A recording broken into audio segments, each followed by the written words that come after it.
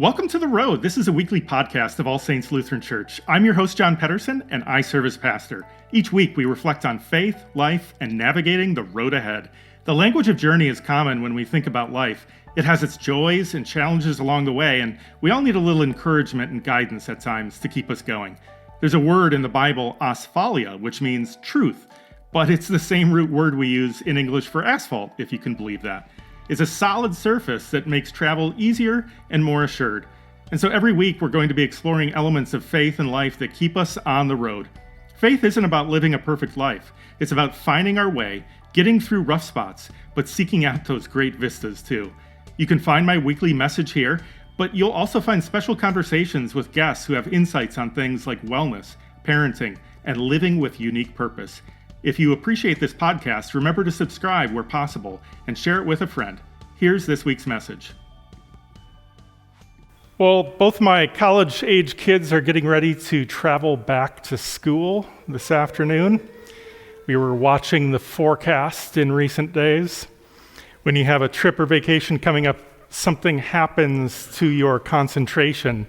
The closer you get, your focus begins to shift to anticipating a new destination. You might be busy in the moment to get ready, but your vision starts to narrow in on what's coming. As we begin the season of Advent, we make a similar shift, and I'm sure you sense that in the stores as the world moves toward the symbols and anticipation of Christmas. But our spiritual imagination shifts to hope as well and the expectation of what is coming. Advent is a season of hope and expectation. Whatever we're experiencing now or is happening in the world, our vision begins to move forward. We look ahead to something that simultaneously transcends this moment and yet has the power to transform our experience of the here and now. Today I want to focus my message on the words of Isaiah that we heard earlier. Today's passage covers some memorable verses. It offers a vision of what will be a future time when many people will say to each other, "Come, let us go up to the mountain of the Lord, to the house of the God of Jacob, that he may teach us his ways, and that we may walk in his paths." This isn't so much a directive or command, but a promise and pronouncement of what we have to look forward to. It's a promise that God's wisdom and ways will be a source of meaning and teaching for many. God's wisdom provides a path to walk upon, and people will seek this out.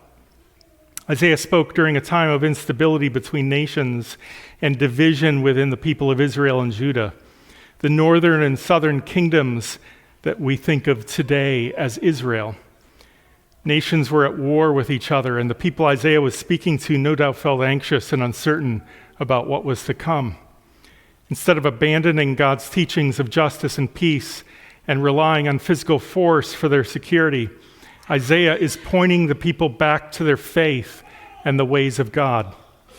Again, "Come, let us go up to the mountain of the Lord, to the house of the God of Jacob, that he may teach us his ways, and that we may walk in his paths." Facing adversity is not the time to abandon faith, but to be centered in it even more. With people following in faith, what will happen and how will the world be shaped? Isaiah offers a concrete description of what this will look like. This is where Isaiah shares one of the most memorable images. "He shall judge between the nations and shall arbitrate for many peoples. They shall beat their swords into plowshares and their spears into pruning hooks. Nation shall not lift up sword against nation, neither shall they learn war anymore." That image of swords being beaten into plowshares and spears into pruning hooks is iconic. It represents not just a decision to move toward peace, but it requires an entire shift in an economy. Although a sword or spear today requires a minimal investment in comparison to tanks and warheads, it was more significant at that time.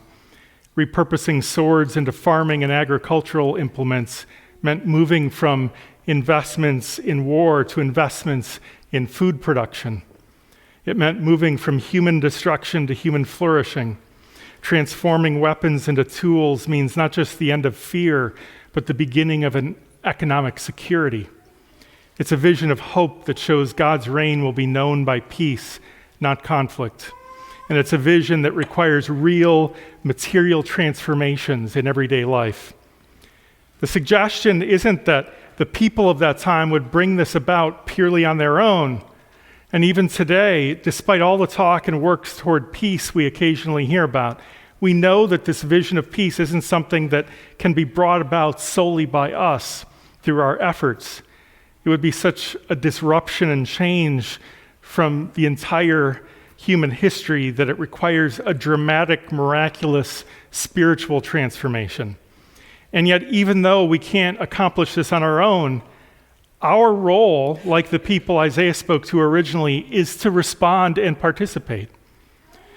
Now that we know that God desires peace, will we support this? We can't do so if we give voice to hatred, violence, or the domination of our enemies. We need to learn new language and new ways. And some of us perhaps need to refresh our understanding of God's ways.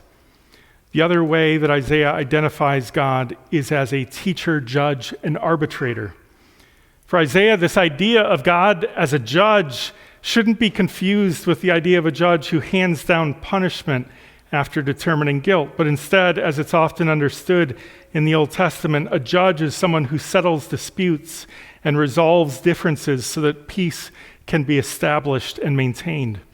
God is working among us and our neighbors and enemies to bring about peace. And so again, will we go along with it? If we respond to this vision, then we'll become peacemakers, not setting ourselves up to accuse other individuals or nations, but acting as mediators and arbitrators amidst the division we witness and see.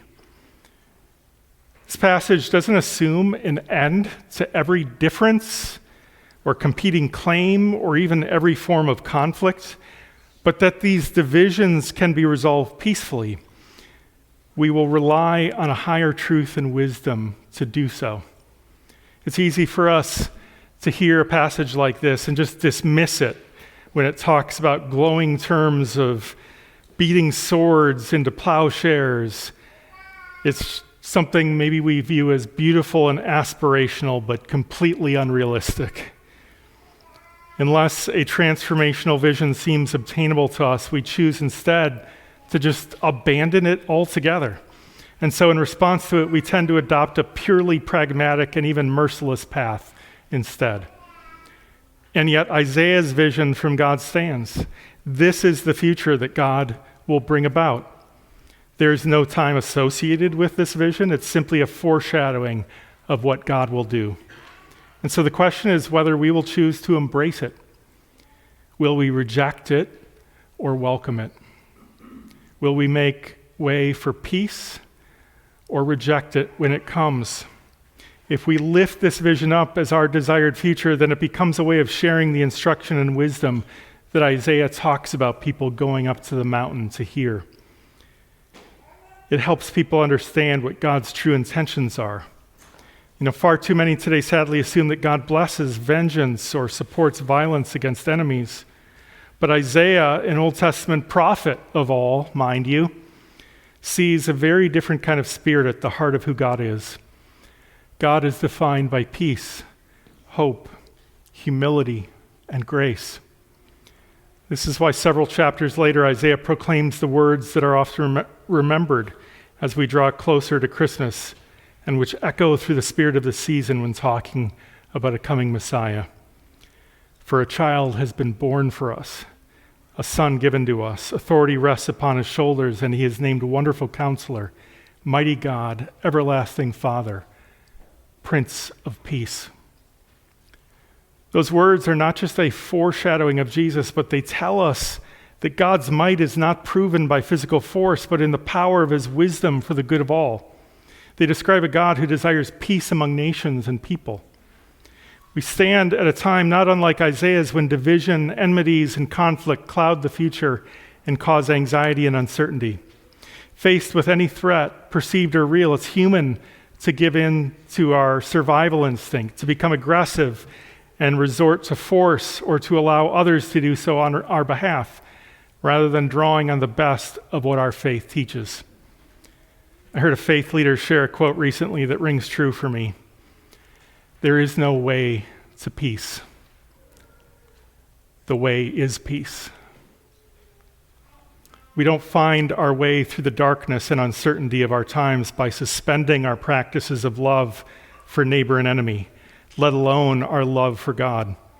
But we find our way by seeking to live the ways of peace and justice, caring for all and having the same mind as God, which is humility, grace, and hope.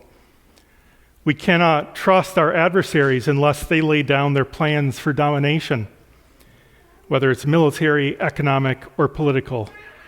And they cannot trust us unless we do the same. And so Isaiah's final words for us in today's passage are an encouragement and call to courageous living. O house of Jacob, come, let us walk in the light of the Lord. And so that is our encouragement today. Let us walk in the light of God. When Blakely was baptized just a few minutes ago, a candle was presented to her as a commission and encouragement. Let your light so shine before others that they may see your good works and glorify your Father who is in heaven. It's an invitation to walk in the ways of God. God's encouragement for Blakely is the same for each of us today. Let us walk in the light of the Lord, and let our light shine so that others may find their way. And together may we walk in God's vision of peace, which makes room for us to flourish alongside our neighbors, foreigners, and even those we see today as adversaries. For we are all God's children, and we are all inheritors of this life which God has intended for good, so that all of us can share in the joy of life and a relationship with God and one another. Amen.